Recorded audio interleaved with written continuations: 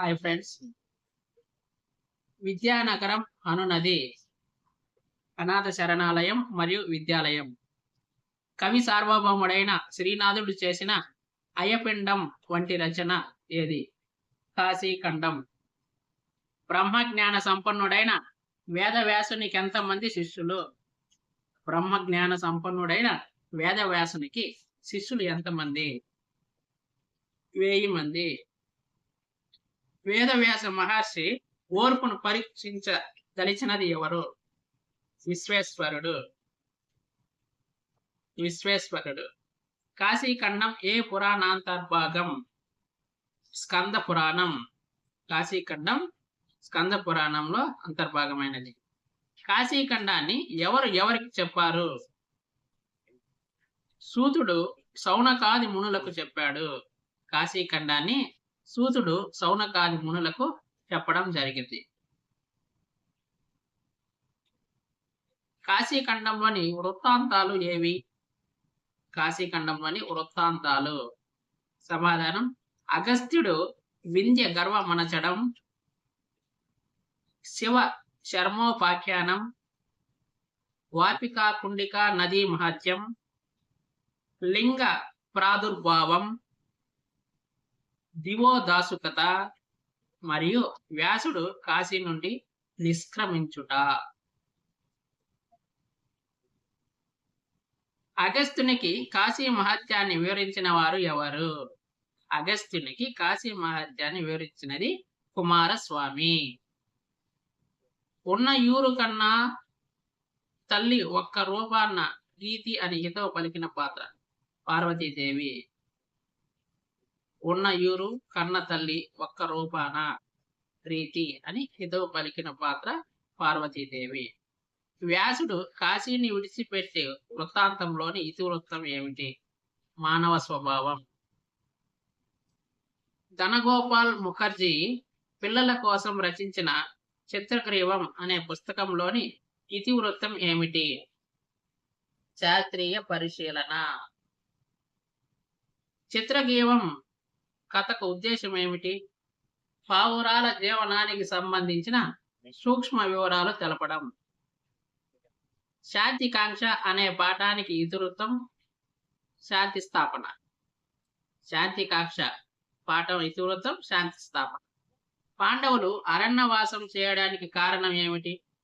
కౌరవుల చేతిలో జూదమాడి ఓడిపోవడం. పాండవులు ఎవరు? ధర్మరాజు, భీముడు, అర్జునుడు, నకులుడు, సహదేవుడు. వీరు 5 మంది కలిపి పాండవులు అవుతారు. పాండు రాజు భార్యలు కుంతి మరియు మాద్రి. కౌరవ సోదరులు ఎంతమంది? 9 సోదరులు, 1 సోదరి. కౌరవ సోదరులు మొత్తం 100 మంది మగపిల్లలు, 1 అమ్మాయి. ధృతరాష్ట్రుడి భార్య ఎవరు? గాంధారి. 1 సంవత్సరం అజ్ఞాతవాసాన్ని పాండవులు ఎవరి కొలువులో పూర్తి చేశారు? విరాటరాజు కొలువు. విరాటరాజు కొలువులో 1 సంవత్సరం అజ్ఞాతవాసం అంటే ఎవరికి వీరు పాండవులు అని తెలియకుండా, కనపడకుండా, గుర్తు లేకుండా గడపడాన్ని అజ్ఞాతవాసం అంటారు. వారు విరాటరాజు కొలువులో వారు ఉన్నారు 1 సంవత్సరం పాటు. పాండవులు రాజ్యాన్ని తిరిగి ఇవ్వవలసినదిగా కౌరవుల వద్దకు రాయబారాన్ని ఎవరితో పంపారు? అరణ్యవాసం, అజ్ఞాతవాసం 2 ముగిసినాక పాండవులు కౌరవుల దగ్గరకు మా రాజ్యాన్ని మాకు ఇవ్వవలసిందిగా పాండవులు ఒకరిని పంపారు రాయబారిగా. ఆయన పేరేమిటి? ద్రౌపదరాజు పురోహితునితో పంపాడు. సంజయుని రాయబారిగా ఎవరి వద్దకు పంపాడు? పాండవులు కౌరవుల వద్దకు పంపాడు. సంజయుని రాయబారిగా పాండవులు కౌరవుల వద్దకు పంపాడు. పాండవుల రాజ్య భాగం ఇవ్వమని రాయబారాన్ని ఎవరికి పంపారు? శ్రీకృష్ణునికి.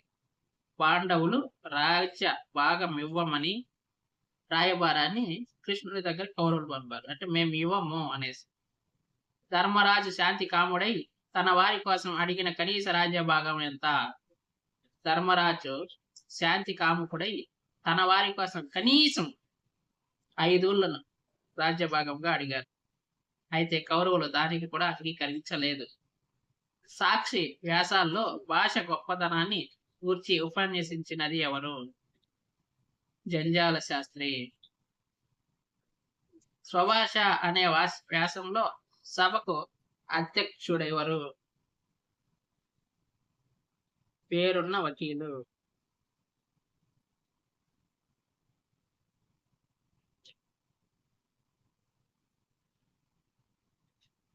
సాక్షి వ్యాసాలను మొదట ప్రచురించిన వాడు సువర్ణలేఖ పత్రికలో ద్రోణంరాజు వెంకటరమణారావు.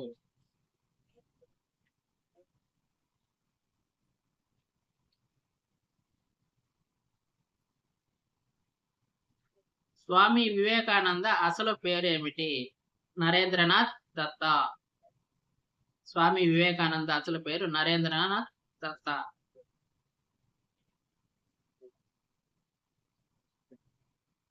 స్వామి వివేకానంద తల్లిదండ్రులు ఎవరు? విశ్వనాథ్ దత్త మరియు భువనేశ్వర దేవి. రామకృష్ణ పరమహంస ప్రియ శిష్యుడు వివేకానంద. తమరు భగవంతుణ్ణి చూశారా అని రామకృష్ణ పరమహంసను ప్రశ్నించినది ఎవరు? స్వామి వివేకానంద. చికాగోలో జరిగిన విశ్వమత సభలో అందరినీ సమ్మోహపరిచిన ప్రసంగం ఎవరిది? స్వామి వివేకానంద గారిది. వివేకానందునికి సాయపడిన మహిళ ఎవరు? సాన్బోర్న్. వివేకానందునికి సిఫారసు లేఖనిచ్చిన హార్వర్డ్ ప్రొఫెసర్ ఎవరు? JH Wright. నరేన్ కు వివేకానంద అనే నామాన్ని ఇచ్చినది ఖేత్రి మహారాజు. ప్రకృతి విలాసాల్లో శివతాండవాన్ని దర్శించిన వాడు ఎవరు? పుట్టపర్తి నారాయణాచార్యులు. సత్య రజస్తమో గుణాలకు ప్రతీకలైన వర్ణాలు ఏవి? తెలుపు, ఎరుపు, నలుపు. శివతాండవాన్ని ఇప్పటికీ ఎక్కడ ప్రదర్శిస్తున్నారు? చిదంబరం. శివతాండవంలోని భేదాలు ఆనంద తాండవం మరియు ఊర్ధ్వ తాండవం.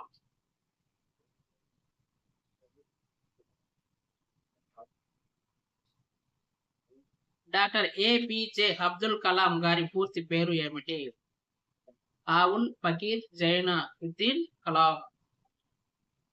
అబ్దుల్ కలాం కు హై స్కూల్ ప్రేరణ కలిగించిన గురువు ఎవరు?